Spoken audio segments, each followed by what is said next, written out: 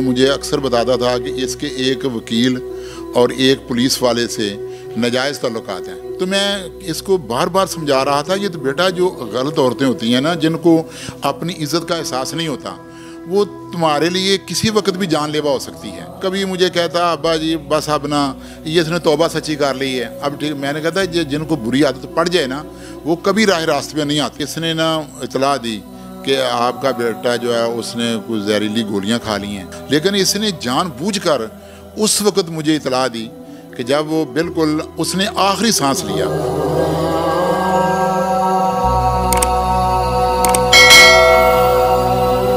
अस्सलाम वालेकुम, आप देख रहे हैं औसाफ डिजिटल। मैं हूं ज़ुबैर अवान। नाज़रीन, 27 तारीख को थाना शादरा में एक FIR दर्ज करवाई जाती है कि हमारा बेटा जो कि पुलिस में ASI हैं, कैसर इकबाल उनका नाम है, उन्हें मुबैना तौर पर उनकी बीवी की जानिब से जहर देकर मार दिया गया है।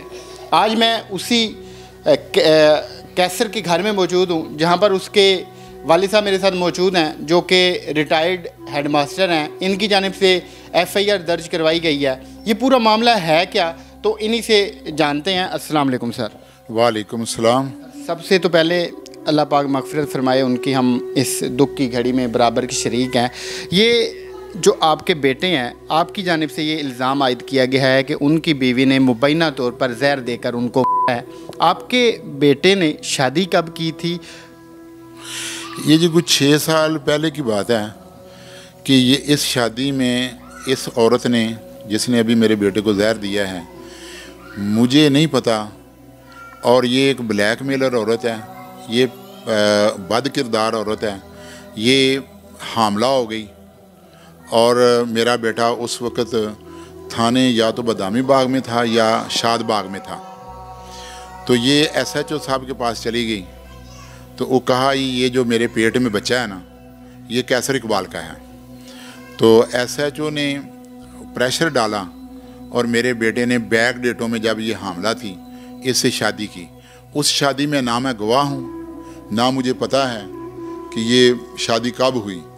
ये मुझे उस वक़्त पता, इसने बताया, मेरे गांव में आई कि जब डिलीवरी में 2-3 रोज़ रहते थे कि जी मैंने कैसर से, ये मेरे पेट में बच्चा कैसर का है।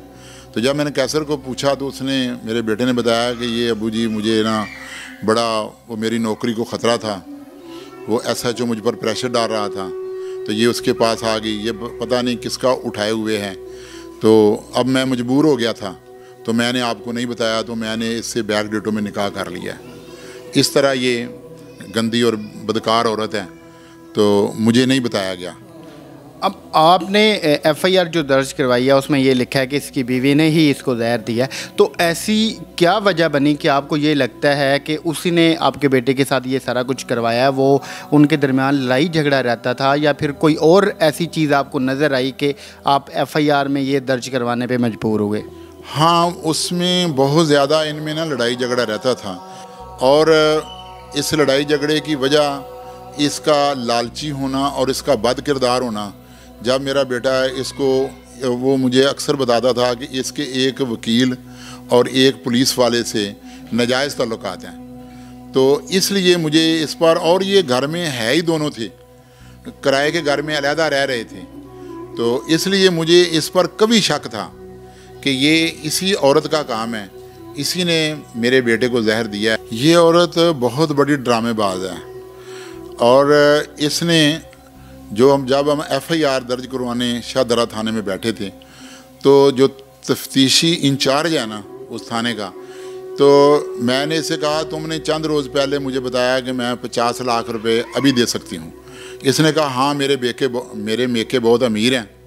तो ये अक्सर मुझे ये बताया करती थी कि मेरा जी वापडा टाउन में 1 करोड़ 34 लाख का एक कॉर्नर प्लाट है, बैंक में मैंने बहुत पैसे रखे हुए हैं जो डबल करने के लिए हैं, मैंने कई घर गिरवी लेकर किराए पर दिए हुए हैं।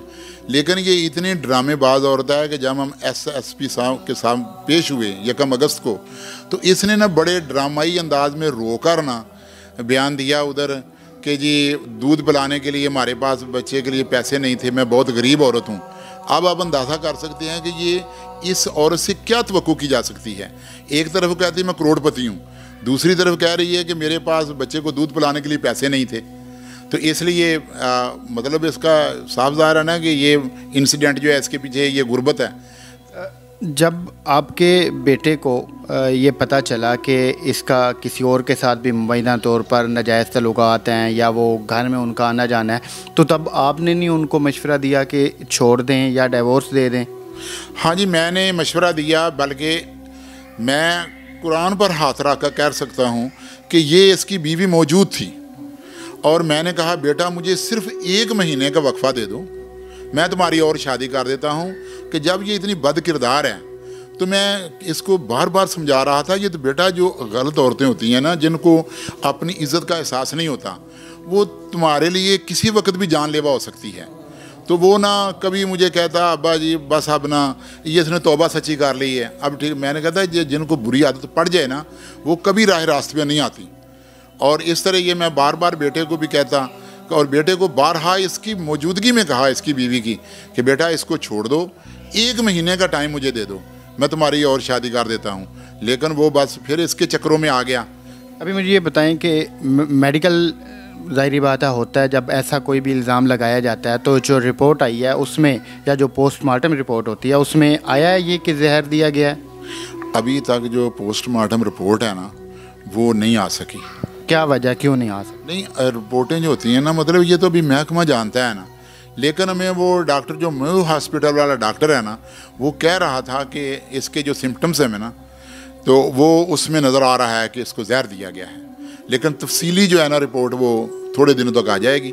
लेकिन उसने डॉक्टर ने बताया कि इसके में जो मुँह से झाग आ रही है जैसे हो रहा है, तो उसने लिखा कि इसको वाकई जहर दिया गया है। आप तो यहाँ ये शेखुपुरा का एक इलाका है दंदियाँ जहाँ पे हम इस वक्त मौजूद है, यहीं पे आपका घर है। आपका जो बेटा था वो लाहौर में रहता था। अब आपको किसने इतला दी कि आपके बेटे की ये कंडीशन है या आप आएँ या हॉस्पिटल पहुँचें? इसकी जो बीवी है ना जो कातला है उसने मुझे उस वक़्त इतला दी जब मेरा बेटा करीबुल मर्ग था, यानी इसी ने मुझे किसी और ने नहीं बताया। तो जब ये मुझे इसने ना इतला दी कि आपका बेटा जो है उसने कुछ जहरीली गोलियां खा ली हैं, तो मैंने कहा फ़ौरन हॉस्पिटल ले जाओ।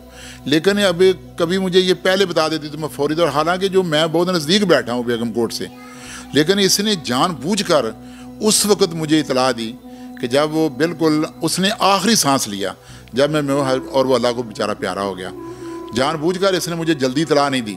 अगर मुझे जल्दी इतला मिल जाती तो मैं हो सकता है कि इसका मेदे वाश के लिए किसी को कहता, लेकिन इसने मुझे पहले बताया ही नहीं है, क्योंकि ये उसको मतलब कातला है ना, उसको मारना चाहती थी। अगर पहले बता देती तो वो मैं कोई ना कोई ट्रीटमेंट उसका करा लेता, वो बच जाता।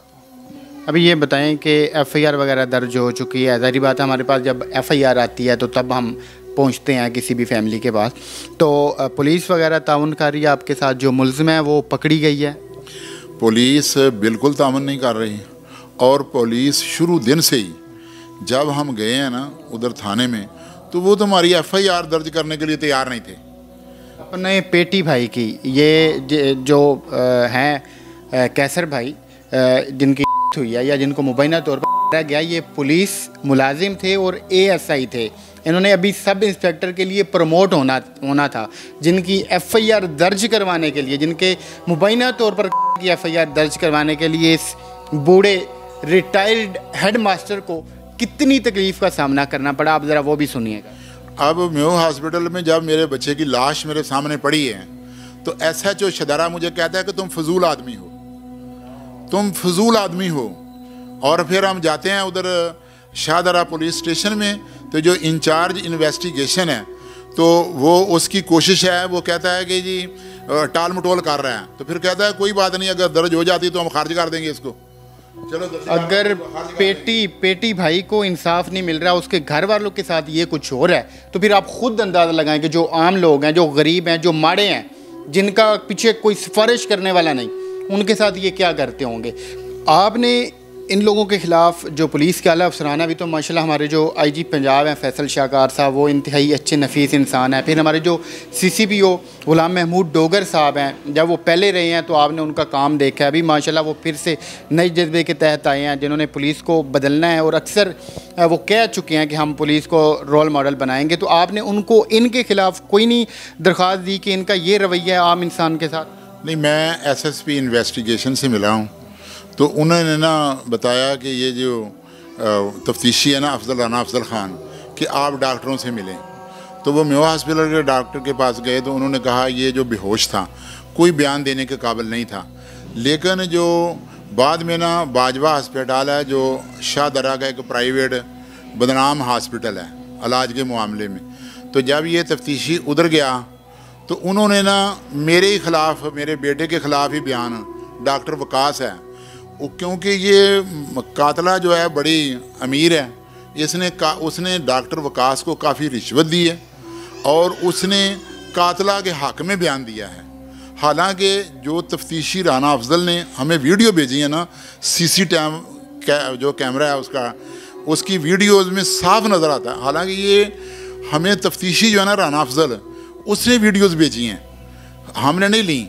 वो वीडियोस में क्या था? वीडियोस में ये नज़र आता है कि जो मेरा बेटा है ना वो स्ट्रेचर के ऊपर उल्टा पड़ा हुआ है और उसकी पैंट जो है नीचे उतरी हुई है और इसे नज़र आ रहे हैं कि जो आम आदमी जो है ना वो कभी भी ऐसा नहीं होता कि वो पीछे से हो रहा हो और वो बेहोश ना हो, और उसको कहा जा रहा है कि इसको होश थी।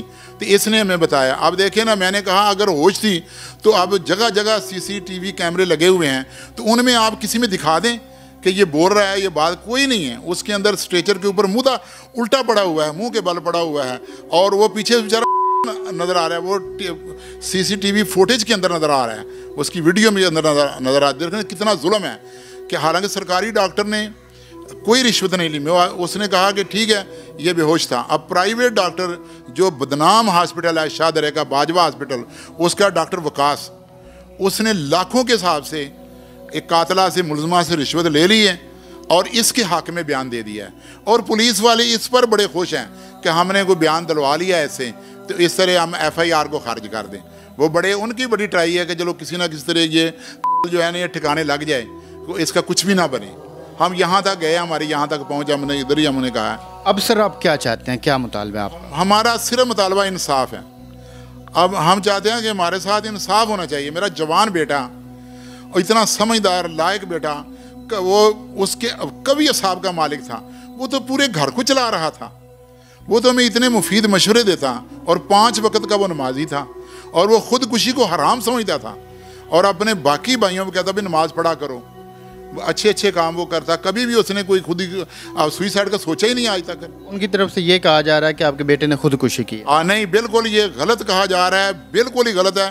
क्या इन लोगों ने आखिरत में अल्लाह को क्या मुंह दिखाएंगे जो मेरे बेटे के को सुइसाइड बना रहे हैं? इनको शर्म आनी चाहिए कि ये दुनिया में इंशाअल्लाह ताला तबाह बर्बाद होंगे जो रिश्वतें लेकर इसके को सुइसाइड में चेंज कर रहे हैं। ये बूढ़ा बाप है, इन्हें कुछ भी नहीं चाहिए, इन्हें सिर्फ इंसाफ चाहिए। और इंसाफ भी किससे चाहिए? अपने पेटी भाइयों से। अल्लाह करे इनको इंसाफ मिले, अल्लाह करे जो इनके मुबैना तौर पर मुल्ज़िम है उन्हें सख्त सज़ा मिले। ये थी आज की वीडियो। मिलते हैं किसी और वीडियो में। अल्लाह पाक आपके हमारे सब के हाल पे रहम फरमाए। अल्लाह हाफ़िज़।